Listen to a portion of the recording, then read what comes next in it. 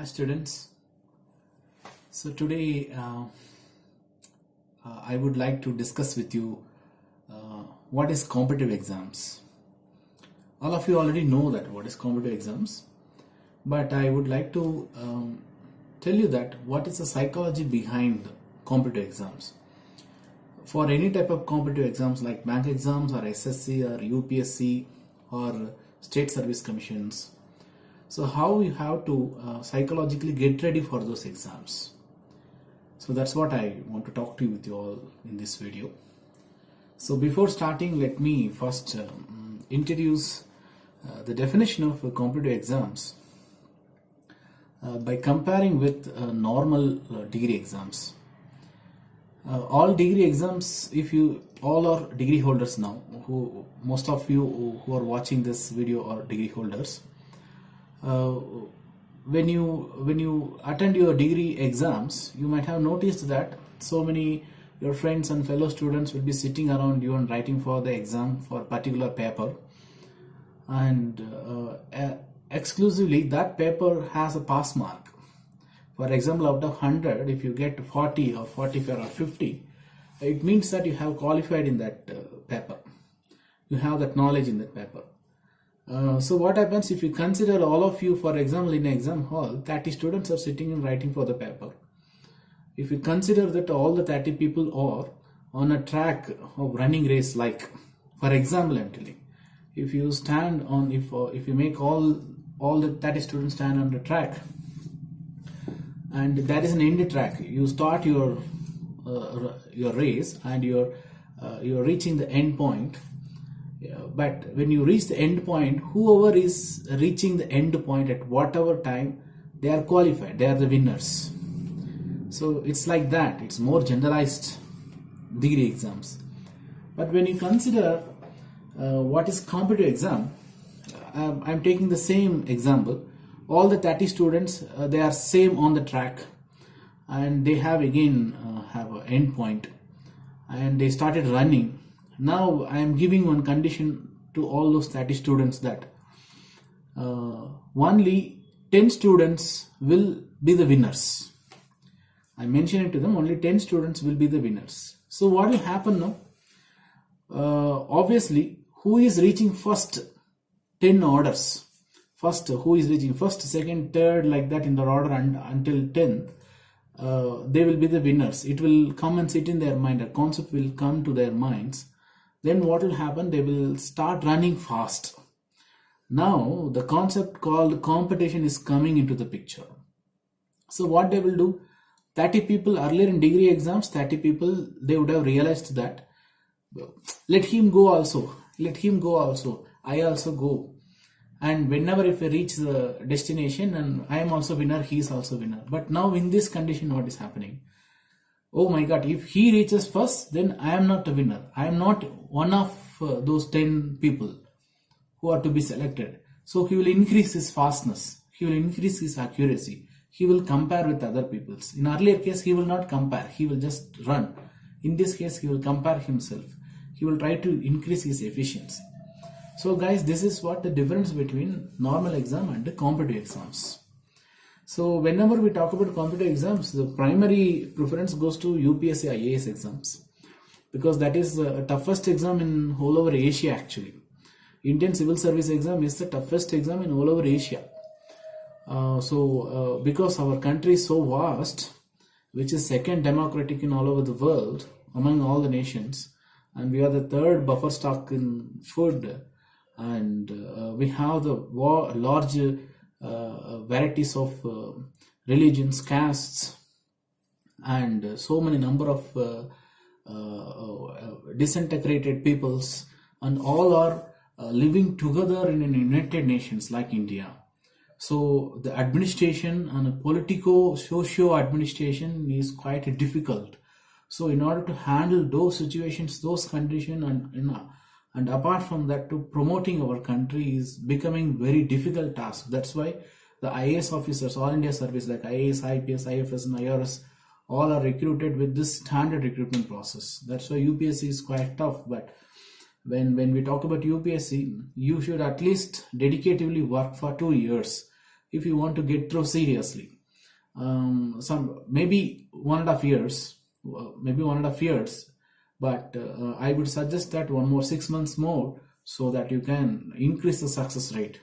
Another biggest competitive exam in India is bank exams.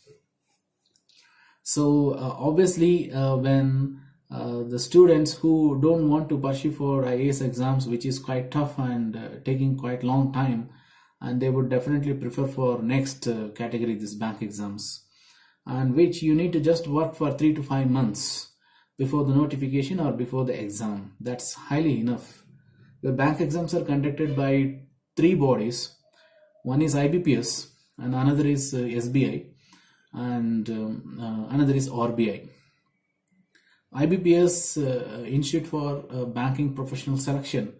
This board actually consists of IIM, IIT, and board of members, directors, which is actually assigned a duty of conducting or performing the selection process for the candidates in order to appoint them for the various posts in banking sectors, like probationer officers, who is going to be the manager of the branch and to the higher orders, and also clerics, and the SOs are the specialist officers who are from engineering background and MBA and all those. And SBI has not handed over its recruitment process to IBPS. Why? Because IBPS handling all the banks which are all nationalized. 20 national banks was there in our India. So IBPS conducting PO, clerical and SO for all the 20 nationalized banks in India. SBI is not a nationalized bank in India, but it is a national bank.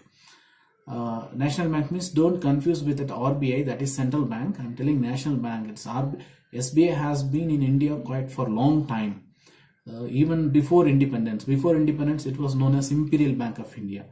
Now it has grown into a big corporate, and it has gigantic networks and human power and ATMs and branches and financial policies, and even SBI funds for governments, even for local governments and for state government, central governments also. So when we talk about SBI, it's quite a big corporate. You might have been experienced, and now too they have merged all the subsidiary banks into one SBI bank. So now the corporate hand is little bigger. So what happens? That's why SBI has not handed over the recruitment process to IBPS. It's conducting by itself. That's why the difference between IBPS recruitment and SBI recruitment is your salary will be around 5,000 difference. SBI will be 5,000 more than IBPS recruited banks, and your service conditions are also a little higher than IBPS. But anyway, both the sectors are PSUs only, public sector undertakings. In both the sectors, you can your life is settled and you have got a very secure job, not like private job where you don't know that when they will send you out.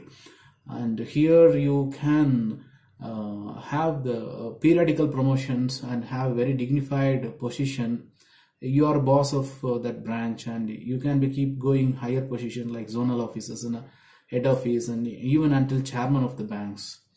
So our previous all the chairmen of all the banks are actually are the POs. They are recruited for POs. And RBI conducts exams for Group B and assistants, not like IBPS and SBI. IBPS and SBI, if you are recruited, you are a proper banker. You will be handling all the banking transactions like higher financial accounting, like banking accounts and reconciliations and all loan process, banking law and case studies and all those things. But when you think about RBI, when you recruited in RBI as a Group B officer, you are going to be a mini economist. Why? Because you are not going to do the normal banking function. RBI is the Central Bank of India. You will be a mini economist. That's why if you see the syllabus of RBI, preliminary, as usual, normal for as it is, like logic, listening, quantitative and English, and DI, the data interpretations are also there. But when you consider a mains exam, you can see all the papers like management and statistics, accountancy, economy, Indian economy, and few more papers are there, which are all descriptive in nature and which definitely represents the economist in you.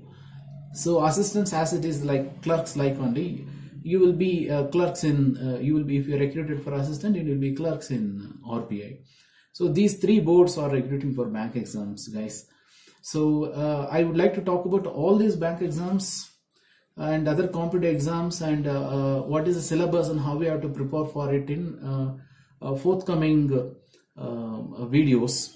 Now let me just brief you that what all the psychological attributions you should be having when you take up these competitive exams. So that should be your motive. That we call it as achievemental attitude, otherwise motivational psychology for your competitive exams. So even if you are taking up IAS exam or any bank exams or RBI, SSC, whichever you are taking, these are all the basic tenets, quality, psychological quality you should have whenever take up. So I have listed few topics in it. I'll just brief you, and further we will discuss in our further videos. So first, whenever you take out this all these competitive exams, the first thought what you have to have is actually consistency. That concept consistency should come in your mind whenever you take up these competitive exams. Why? Because consistent means you are constantly you are sticking with your goal, that I want this job. If you want to become IAS, I should be this IAS officer, I should be this IPS officer. Like that, you should make up your mind that consistency should be there. Your bank manager means I am going to be this bank's manager, SBI or other bank's manager, or RBI Group B officer or SSC officer. That goal should be constant in your mind. So what will happen? The consistency is an attitude. It's not an ability. Consistency is an attitude. That means each board exams has its own syllabus. So you have to start your syllabus and end your syllabus. And from the starting point to ending point, without disruption and disturbance, you should, whatever happens, and you should go with the syllabus and complete the syllabus. This is known as consistency. Consistency means you are completing syllabus no matter whatever happening around your life. So that is what that should be the first attitude. Second attitude is actually feel of completing the task. That means what you have to do is actually you have to take it as a task. For example, whatever syllabus may be there, you segregate it and bifurcate it and divide it into few parts, and you take out at which part you want to start first, next, and last. And you, whatever happens, you according to your plans and complete the syllabus and make it as a small tasks, and feel that you are completing each task successfully. So what will happen when you have done these two processes only, your confidence level would have gone up. Now we are already in the position that you are in the process. You started the computer, turned on computer, like you started a process, you are in the process. That feel you should get first when you follow these two steps. Third is actually the feel of enjoying. You should when you are completing your syllabus, when you are studying for it, or even if you are going for training in any institutes, you should feel that you are enjoying the process but not dragging. Are you getting? See, for example, at the beginning, when you start learning two-wheeler or four-wheeler, whatever you're learning new, you will feel difficult first 1 week, because that is the basic psychology of any human being. Because you are allowing your mind to come down, and you are raising your intellectual level, which needs more brain energy. And brain, when it consumes more energy, it takes more body energy. So you'll feel tired. So these are all things will be happening just in first week. That's it. Maybe for some people, maybe 2-3 days. That's it. So what you have to do actually, when those things comes, you should not feel demotivated. You feel that it just happens, and after 3 days or 1 week, you should start enjoying the process of studying and going for the classes. But if you think that I am dragging myself, oh my God, I am just studying for my father's sake, my mother's sake, my teachers told that, oh, in my society I should be like this and all. If you think, then it will become a dragging process. You will feel that there will be a severe contradiction between your heart what is telling and your brain what is telling. So you should avoid that. We call it as cognitive dissonance. That means you don't like inside something, but you're doing outside. Don't do like that. You ensure that you're doing it happily. And the next one is actually frequent breaks. I would suggest that one day you plan your timetable.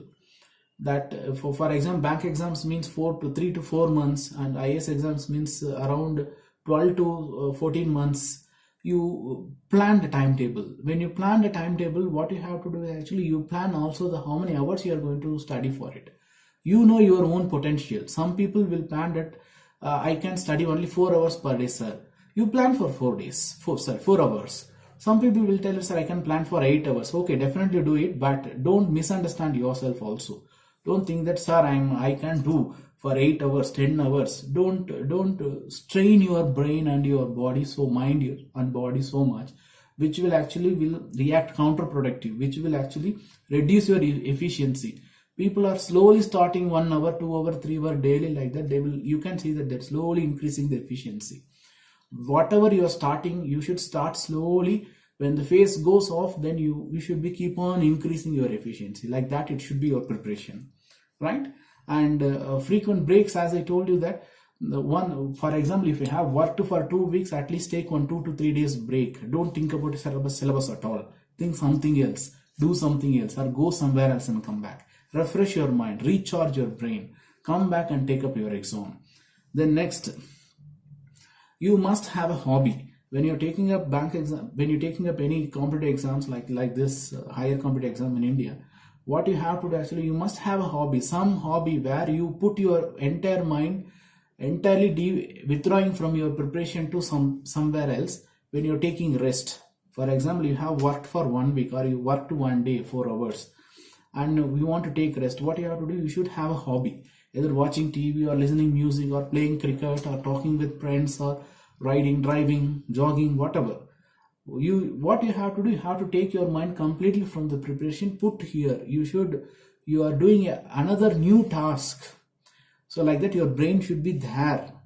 Then your brain will get charged. When you come back to your preparation, the preparation will, you can say, the double of your efficiency.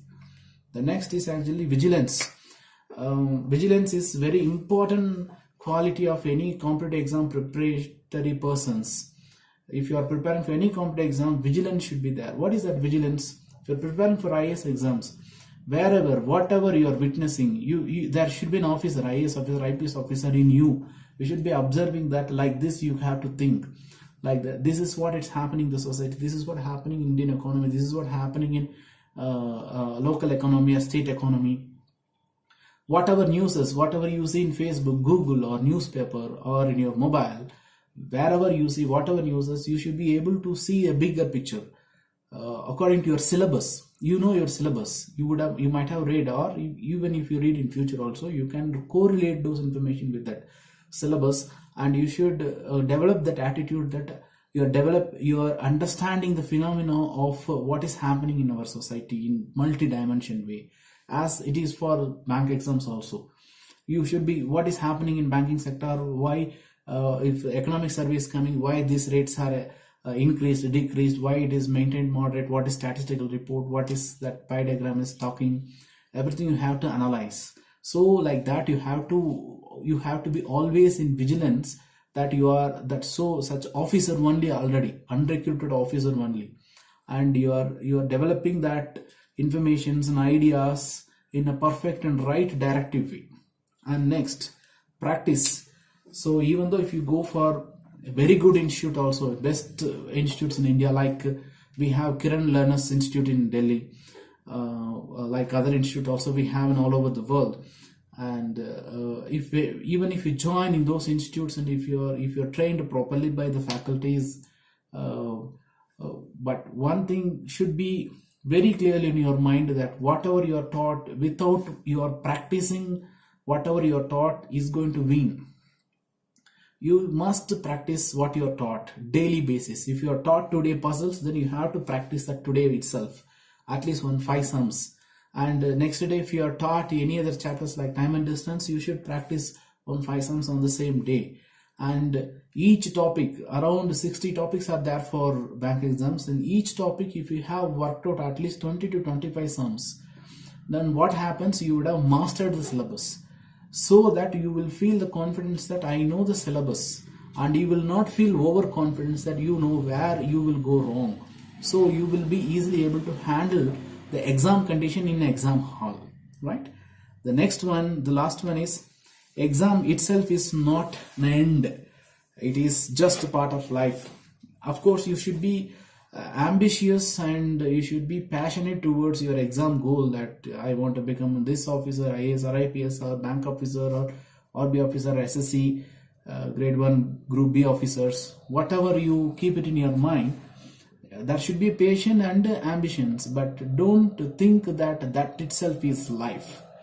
Because you can do your work best, you can do your best preparing and attending exam, maybe 99.99% you might have done your work, but rest, even 0.1, if you fail also, you should not feel hurt, because the very basic fact of competitive exam is actually you are competing with the students whose face you don't know. You are equal competitor.